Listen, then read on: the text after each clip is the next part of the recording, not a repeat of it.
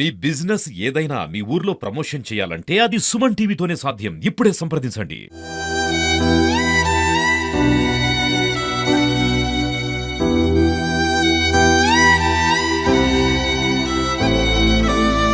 Welcome to Suman TV. విహారయాత్ర మిగిల్చిన విషాదాంతం ఒక నిండు కుటుంబంలో అయితే తీరని శోకం మిగిలిందని చెప్పుకోవాలి.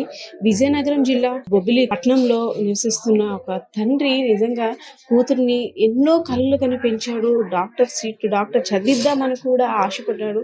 కానీ విధి ఆడిన వింత నాటకం అనేటట్టు దేవుడు ఆ కుటుంబం మీద కన్నెర చేశాడని చెప్పుకోవాలి. తను గారాబంగా పెంచుకున్న ముద్దుల కూతురు ఒక్కసారిగా జలపాతాల్లో విహారయాత్ర కోసం వెళ్ళి విగత జీవిగా వస్తుంది అని తెలుసుకున్న తండ్రి యొక్క బాధ వర్ణాతీతంగానే ఉంది. యాక్చువల్లీ ఈ మెసేజ్ ముఖ్యంగా ఇవ్వడానికి కారణం ఏంటంటే, పిల్లలందరూ కూడా విహారయాత్రకి వెళ్తుంటుంటారు, చాలా ఎంజాయ్ చేయాలని ప్లాన్ చేస్తుంటారు. కానీ అనుకోని సంఘటనలు జరిగితే కుటుంబ సభ్యులు ఎంత బాధపడుతుంటారో ఎవరు కూడా ఊహించలేని పరిస్థితి. సో ఇంటికి వచ్చిన తర్వాత సౌమ్య అంటే కొన్ని రోజుల్లో డాక్టర్ కాబోతుంది, డాక్టర్ సౌమ్య వస్తుంది అనే ఆశగా ఎదురు చూస్తున్న ఇంట్లో కుటుంబ సభ్యులు అందరూ కూడా ఒక విషాదాంతం అని చెప్పుకోవాలి. నిజంగా వాళ్ళ కళ్ళల్లో కన్నీరు ఆగటం లేదు. ఒకసారి ఆ తండ్రితో మాట్లాడే ప్రయత్నం చేద్దాం. సార్ నమస్తే సార్. అంటే మీకు జరిగిన అన్యాయం ఎవరో తీర్చలేనిది. ఎంతమంది సార్ మీకు పిల్లలు? ముగ్గురు. సౌమ్య ఎన్నో అమ్మాయండి? 2. అంటే జలపాతాల దగ్గరికి వెళ్ళి మారేడుమల్లి జలపాతాలకు వెళ్తున్నట్టు మీకు ఇంటిమేట్ చేశారు. ఆ రోజు అసలు ఏం మాట్లాడారండి? ఎక్కడంటే మెడికల్ క్యాంప్కి వెళ్తాను అనేసి అన్నారు. ఆమ్దాన్ వలస అమలాపురం అటు నుంచి శనివారం నాడు వెళ్ళారు. రిటర్న్ అటు నుంచి అయిపోయిన తర్వాత అటు నుంచి మధ్యాహ్నం 2:30 అయ్యేసరికి కరెక్ట్గా ఆ మారేడుమల్లి దగ్గరికి వచ్చారు. బస్సు అక్కడ ఆపేసి అది కూడా చూస్తామని చెప్పేసి వెళ్ళారు. అటు నుంచి రిటర్న్లోనే అందరూ దిగినప్పటికీ నీరు కొంచెం ఉండేది. దిగిన తర్వాత ఎక్కువ వచ్చింది. 16 మందిలోనే 13 మంది బయట ఒడ్డు మీదకి వచ్చారు. ఈ ముగ్గురు కొట్టుకుని వెళ్ళిపోయారు. అందరూ నా కూతురు. సార్ అంటే వెళ్ళే ముందు మీతోటి మామూలుగా మాట్లాడుతుంటారు కదా, అక్కడ జరుగుతున్న విషయాలు అంటే అక్కడ అంటే పాప చిన్నప్పటి నుంచి కూడా డాక్టర్ అవ్వాలని చిన్నప్పటి నుంచి మీతో ఆ ఫీలింగ్ ఎలా షేర్ చేసుకుంటారు? తను అవ్వాలనిపించింది కాదు, నేను చేస్తానంటే దానికి తను ఒప్పుకోయింది. ఎలా చదివేది? చదువులో నెంబర్ 1. అందుకే ఫ్రీ సీట్ వచ్చింది. ఎక్కడ వచ్చింది? ఏలూరు ఆశ్రమం. యాక్చువల్లీ ఇన్సిడెంట్ జరిగిన తర్వాత ఒక్కసారిగా అంటే మరణించింది అని కాకుండా ఫోన్ వస్తుంది కదా, వీళ్ళు ఎంతమంది వెళ్ళారు, ఫ్రెండ్స్ ఎవరైనా ఫోన్ చేశారా, లేదు ఆఫీసర్స్ ఎవరైనా తెలియజేశారు, సమాచారం మీకు ఎలా తెలిసింది? ఆ కాలేజీ నుంచి ఫోన్ చేశారు మాకు.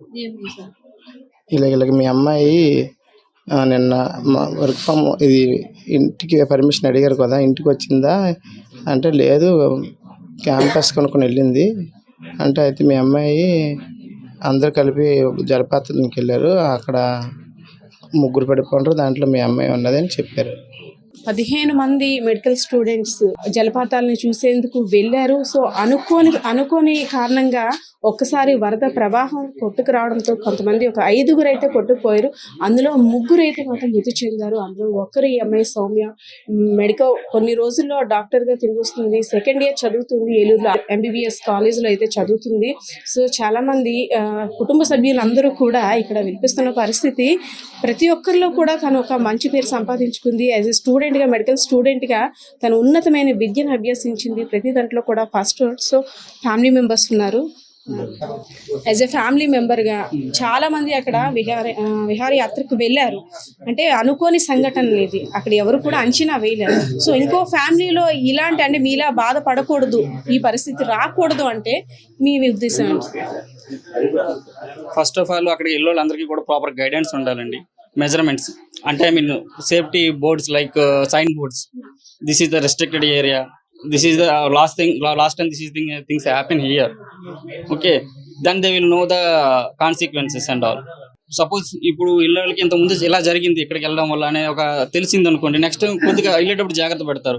అలాంటి సేఫ్టీ మెజర్స్ ఏమీ లేకపోవడం వల్ల, సేఫ్టీ బ్యారికేడ్స్ ఏమి లేకపోవడం వల్ల ఇలాంటి ప్రాబ్లం. ఇలాంటిది వేరే వాళ్ళకి జరగకూడదు. ఎందుకంటే అలా ఆ కోర్స్ అనేది చాలా వాల్యుబుల్. ఆ కోర్స్ అనే కాదు, పిల్లలు అనే వాళ్ళు వాల్యుబుల్.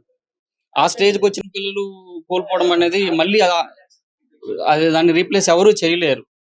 కాబట్టి గవర్నమెంట్ ప్రాపర్ మెజర్మెంట్స్ తీసుకొని సేఫ్టీ బార్కెట్స్ పెట్టి ఒకవేళ అది డేంజర్ అని తెలిస్తే కంప్లీట్ క్లోజ్ చేసేయండి.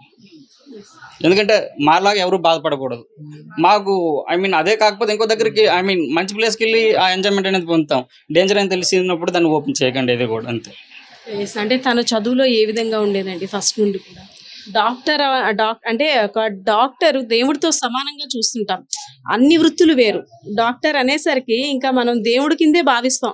ఏ కష్టం వచ్చినా డాక్టర్స్ ఉంటారని. సో అలాంటి వృత్తిని తను కూడా సెలెక్ట్ చేసుకున్నారు. చదవాలి, ప్రజలకు సేవ చేయాలనే ఆలోచనతో. సో తనంటే ఉద్దేశం చిన్నప్పటి నుంచి ఎలా ఉండేది? యాక్టివిటీస్ ఎలా ఉండేవి? తన ఎడ్యుకేషన్లో అయితే చాలా జమ్మండి. ఇప్పుడు తను ఫ్రమ్ బిగినింగ్ నుంచి తీసుకున్న తన గ్రేడ్ పాయింట్స్ అనేది ఓ లెవెల్లోనే ఉండేది, అవుట్ స్టాండింగ్ లెవెల్లోనే ఉండేది. తను ఇప్పుడు కూడా చదవాలి, మంచి పొజిషన్లో ఉండాలి. మా పేరెంట్స్ నన్ను కష్టపడి చదివిస్తున్నారు. మా పేరెంట్స్ నేను విలువ తేవాలి. ఆ విలువ తెచ్చి ఇన్ ఫ్యూచర్లో డాక్టర్ అయ్యి మా నాన్న పేరుని నిలబెట్టాలి, ఒక ఓన్గా హాస్పిటల్ పెట్టి ప్రజలకు సేవ చేయాలి అనే ఒక ఉద్దేశంతో తను ఆ ఫీల్డ్కి వెళ్ళింది. కానీ ఈరోజు తన వల్ల మేమందరం పెట్టుకున్న హోప్స్, తన మీద ఎంతో ఇది చాలా హోప్స్ పెట్టుకున్నాం. ఆ హోప్స్ అని ఈరోజు అన్ని మాకు నిరాశ అయినాయి. దయచేసి ఇలాంటివి ఎవరు ఫ్యామిలీలో జరగకూడదని మేము కోరుకుంటున్నాము. ఫస్ట్ ఆఫ్ ఆల్ మా సౌమ్య అసలు మేము డాక్టర్ అవుతాం చిన్న మీకు అందరికీ చూస్తాం అని చెప్పింది మా సౌమ్య నా గ్యాస్ట్రిక్ అంటే మా సౌమ్య లాగా చెప్పింది. తను డాక్టర్ అని ఇంక్లూడ్ నేను డాక్టర్ అవుతాను, మీకు అందరికి చూసుకుంటాను, ఓన్గా నేను పెడతాను అని చెప్పింది మా సౌమ్య. సౌమ్య వాళ్ళ ఫాదర్ ఏం చేస్తుండేవారండి? అసలు లేబర్ ఫ్రీ సీట్ ద్వారానే వచ్చింది. అంతే. చిన్న మీరు చేస్తాం చిన్న మన family first of all government job కొడతాను చెప్పేసుకోండి. ఓన్లీ చదువు అని చెప్పేసుకోండి. ఎప్పుడు వచ్చిందండి? వచ్చిన తర్వాత అందరు ఒక 1 వీక్ బ్యాక్ వచ్చిందండి. వచ్చిన తర్వాత అంటే అంత అక్కడ పరిస్థితి ఎలా ఉండేవని చెప్పేది, ఫ్రెండ్స్ వాళ్ళందరూ ఎలా ఆ ఉండేవారు? విషయం నాకు తెలియదండి, ఆ విషయం తెలియదు. చిన్న కంపల్సరీ మన ఫ్యామిలీలో మన డాక్టర్ అవుతాం, మేము తీర్చామని చెప్పింది. మొత్తం టోటల్ కుటుంబాన్ని నేను పెంచుకుంటాను మేడం. చిన్నాన్న అన్నది ఇదే అది పెంచుకున్నదే దాని ఫోటోలు కూడా ఇస్తాను. టోటల్ గా నాకు కుటుంబం అంతా పెంచుకుంటాను చిన్నాన్న అన్నది. మీకు నాకు 5 సంవత్సరాలు నాకు కోర్స్ అయిపోయినాక 1 సంవత్సరం ఎక్స్ట్రా చెయ్యాలి చిన్నాన్న.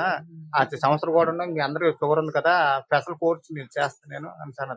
అందరికి మీకు స్పెషల్ అది కూడా చేస్తాను అంటాను. కాబోయే డాక్టర్ సౌమ్య గురించి కుటుంబ సభ్యులు కూడా చెప్తున్నారు. చాలా బాగా చదువుకునేది, మెరిట్ స్టూడెంట్, ఫ్రీ సీట్ కూడా వచ్చింది. అందరికి కూడా నేను డాక్టర్ అయి ఉచితంగా వైద్యాన్ని అందించాలనే దృఢ సంకల్పంతో తను చదువును అభ్యసించింది. సో ఒక్కసారిగా ఇలాంటి విషాదం జరగడంతో మాటలు రాని పరిస్థితి అయితే నెలకొందని, అంటే సౌమ్య అల్లారు ముద్దుగా పెంచుకున్న తన పెట్ కూడా ఈ వార్త తెలియగానే ఇక్కడంతా ఏం జరుగుతుందో తెలియనట్టు తను కూడా ఆ డాగ్ కూడా తిరుగుతుంది. సో మరి కాసేపట్లో సౌమ్య డెడ్ బాడీ అయితే వచ్చేందుకు సిద్ధంగా కూడా ఉంది. సో పేరెంట్స్ పరిస్థితి అయితే ఇది. ఎన్నో కలలు కానీ కష్టపడి రెక్కలు మొక్కలు చేసుకొని కూతుర్ని చదివించిన తర్వాత అనుకోని పరిస్థితి, అంటే జలపాతంలో ఇలాంటి పరిస్థితి అవుతుందని ఎవరు కూడా అనుకోలేదు. సో ఇలాంటి పరిస్థితి ఏ తల్లిదండ్రులు కూడా రాకూడదని అయితే వేడుకుంటున్న పరిస్థితి ఇక్కడ కనిపిస్తుంది. కెమెరా పర్సన్ శ్రీనివాస్తో పద్మ, సుమన్ టీవీ, విజయనగరం.